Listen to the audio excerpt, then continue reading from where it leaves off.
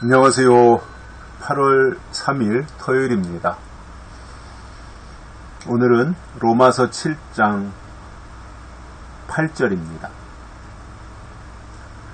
그러나 죄가 기회를 타서 계명으로 말미암아 내 속에서 각양 탐심을 이루었나니 이는 법이 없으면 죄가 죽은 것임이니라. 아멘. 율법이 죄냐? 바울이 그렇게 물어봤죠. 어제. 율법이 죄냐? 그럴 수 없느니라. 아니다. 그렇게 대답했습니다. 율법 자체는 죄가 아니라는 거예요. 율법의 역할은 죄를 깨우쳐 주는 거예요. 그런데 이제 그것에 대해서 잘못 이해해서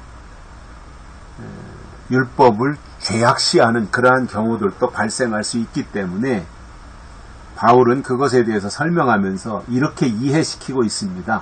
율법이 죄가 아니라 다만 죄가 기회를 타서 계명으로, 즉 율법으로 말미암아 사람 속으로 들어온 거다 이거예요. 죄가 기회를 타서 율법으로 포장하고 내 속에 들어온 거예요. 그래서 계속해서 정죄하는 거죠.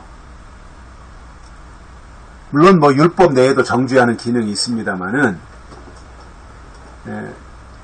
율법이 죄라는 것이 아니라 죄가 율법이라는 옷을 받고 있고 사람 안에 들어와서 사람으로 하여금 정죄케 하는 그 일, 이것에 대해서 바울이 지금 설명해주고 있습니다.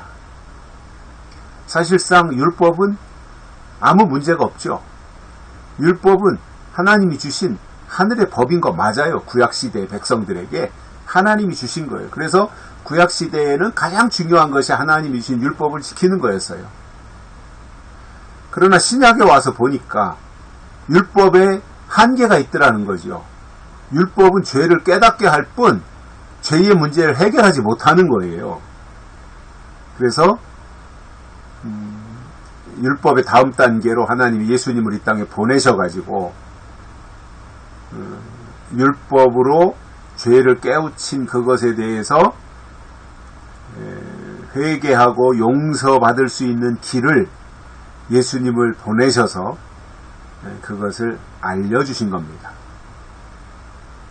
그래서 죄가 기회를 타서 계명으로 받고 있고 내 속에 들어와서 각종 탐심을 이룬 거예요. 욕심을 이룬 거예요. 그러니까 문제는 죄지 율법이 아니라는 거죠.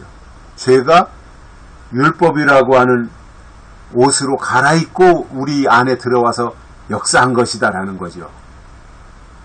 그러니까 욕심이 문제인 거죠. 자, 그러면 사람은 다 욕심이 있고요.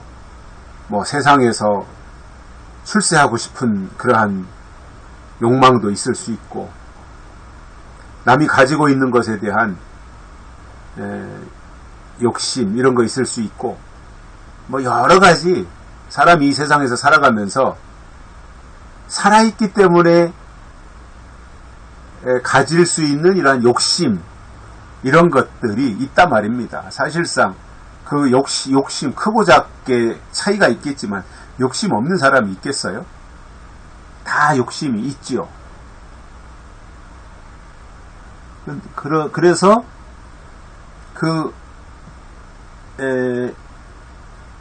죄가 사람이 욕심을 이용하는 거예요. 율법이라고 하는 탈을 쓰고.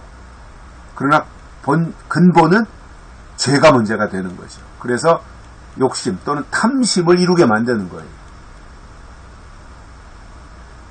결국은 이제 욕심 또는 탐심이라고 하는 것이 사람을 무너뜨리는 거예요. 결국은 세상에서도 보면 결국은 욕심 때문에 망하더라고요. 정치인들도 보면 결국은 그 다음 더 높은 거 이거 추구하다가 그 욕심 때문에 망해요. 조국이라는 사람도 그렇잖아요. 그가 문재인 청와대에서 민정수석을 하고 끝났다면 명예롭게 서울대 교수하면서 편안히 살 수 있었겠죠. 그런데 법무부 장관을 하겠다고 나서니까 검증이 들어가잖아요. 검증, 청문회. 거기서 온갖 비리가 다 탈탈 털려나온 거잖아요. 가족의 비리, 집안의 비리, 이런 것들이 다.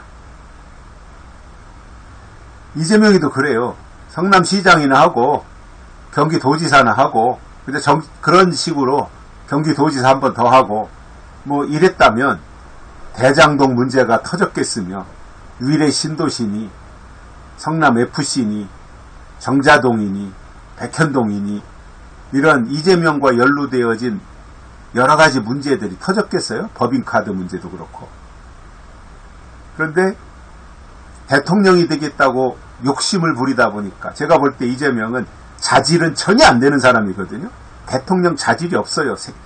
그 얼굴 생긴 모양도 그렇고 저 사람의 어떤 인성이나 능력이나 실력이나 이런 거 볼 때 대통령 해서는 대통령 되지도 않겠지만 대통령 해서는 안 될 사람이에요. 그런데 욕심을 부리는 거잖아요. 그러다 보니까 이재명이도 탈탈탈 털려가지고 멀지 않아서 감옥에 갈 운명에 처하게 됐는데 이게 자기 분수를 알고 그 정도 선에서 멈췄다면 과거의 잘못이 그대로 가려질 수 있었는데 더 높은 곳을 바라보고 자질도 안 되는데 욕심을 부리다가 그 모든 과거의 고의적인 잘못들이 다 드러나게 되었어요.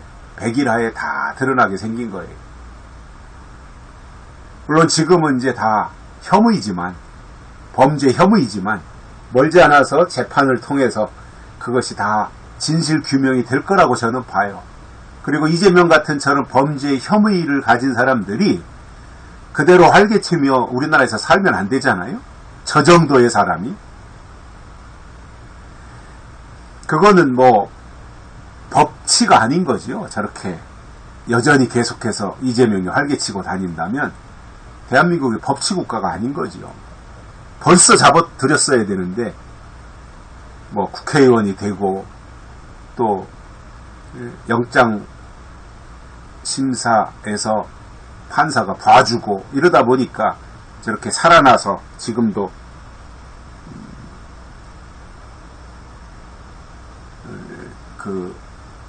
또 다음번 당대표가 되겠다고 민주당 전당대회에 참석해서 발언도 하고 선동도 하고 하는데 저는 이재명이의 명줄이 얼마 남지 않았다고 봐요. 마지막 발악을 하고 있는 것이라고 보여지는데 자, 그러면 조국이 됐든 이재명이 됐든 지나친 욕심이 화근이 된 거잖아요.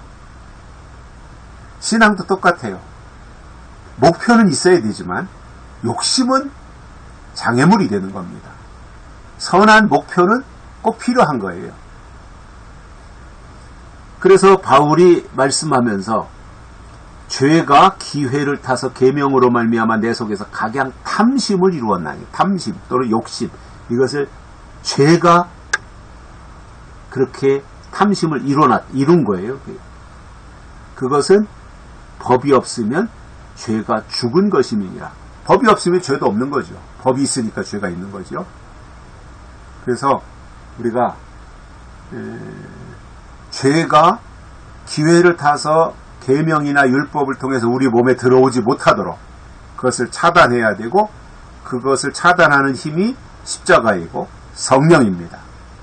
그 능력으로 우리가 이 세상에서 하나님의 사람으로 살아야 되고 죄가 우리 속에서 역사하지 못하도록 하는 이 차단벽이 우리 속에 하나님의 약속의 말씀을 통해 자리 잡아야 될 것입니다. 여기까지 하겠습니다. 고맙습니다.